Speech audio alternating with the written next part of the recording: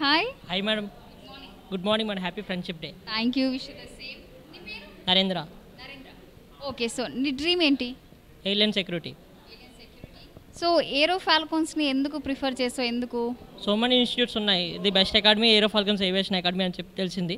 So నేను aero ఫాల్కన్స్లో join అవ్వడానికి ఇంట్రెస్ట్ చూపించా, జాయిన్ అయ్యా. సెక్యూరిటీకి మొత్తం నేర్చుకున్నా. నేను అప్కమింగ్ మంత్లో ఇంటర్వ్యూకి వెళ్తున్నా. సో ఎలా అనిపిస్తుంది? ఎలా ఫీల్ అవుతున్నావు? చాలా హ్యాపీగా ఫీల్ అవుతున్నాను మేడం.